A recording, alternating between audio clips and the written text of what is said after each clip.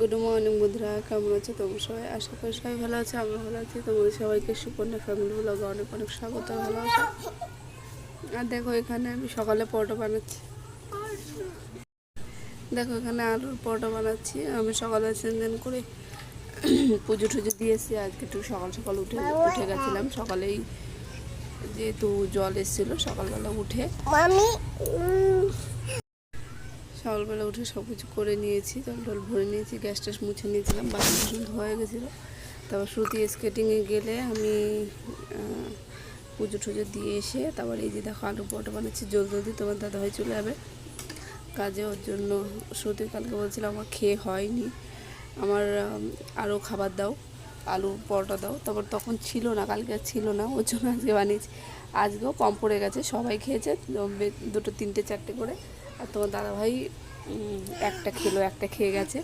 আর চলো এরপরে যেদিন বানাবো, কালকে 3টে আলুর বানিয়েছিলাম, আজকে 4টে আলুর বানিয়েছি, তাও আমি খাইনি, তাও কম পড়ে গেছে।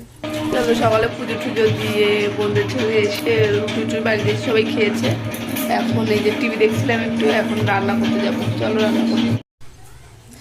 আজকে যেহেতু নিরামিষ রান্না করবো, তাই ভাবলাম দুটো বেগুন আছে ছোটো ছোটো, ওই দুটো বেগুন ভাজি মার আর ওর দাদাভাইয়ের জন্য, আর পটলের তরকারি রান্নাবো নিরামিষ, একটু ধনে জিরে বেটে দিয়ে রান্না করব।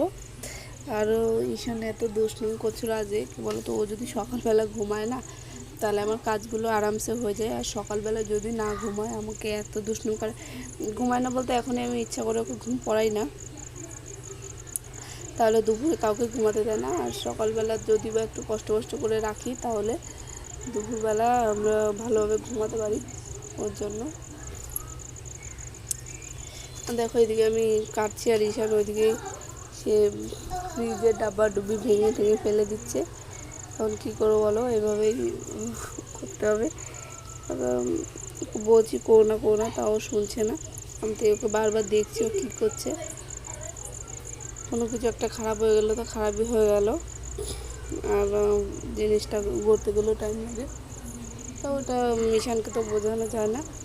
আর এইদিকে দেখো অনেকটা কাজে এগিয়ে গেছে। আমি পটলটা কেটে নিয়ে তারপরে আলুটা কেটে নিয়ে আগে ভাবছি বেগুন ভাজাটা বসিয়ে দেবো, তারপরে সবজিটা বসাবো।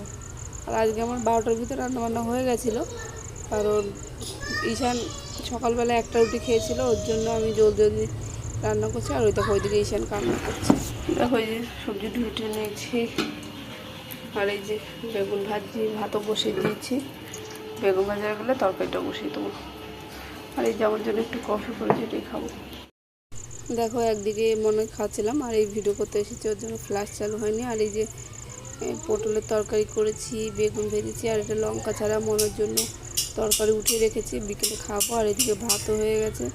তোমার দাদাভাই অনেক সবজি নিয়ে এসছে, সেগুলো পরে দেখবো কী কেমন। এই জমিদারে আসলাম, আজকে ঘরের কাজ পুরো বন্ধ ছিল, আজকে লোকজন আসেনি, ভীষণ ছুটি একটু বাইরে এসেছি। যদি এখানে পিঁপড়ে পারেও না, এখানে এত পিঁপড়ে হয়েছে। আর এখন জল দিয়ে ভালো করে বসাতে হচ্ছে, এখানে অনেকটা ডেবে যাচ্ছে। আর এই দেখো আমার পিছনে এই বাড়িটা নতুন হয়েছে,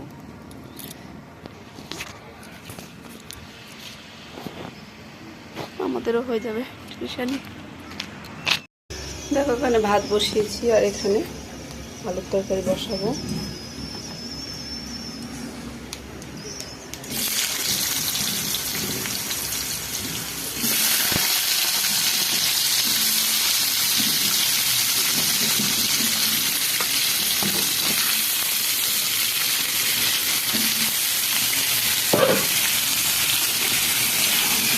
এটা হচ্ছে ব্যাটারটা এখন মিক্স করে রাখি, সকালে খাওয়া যাবে ওখানে।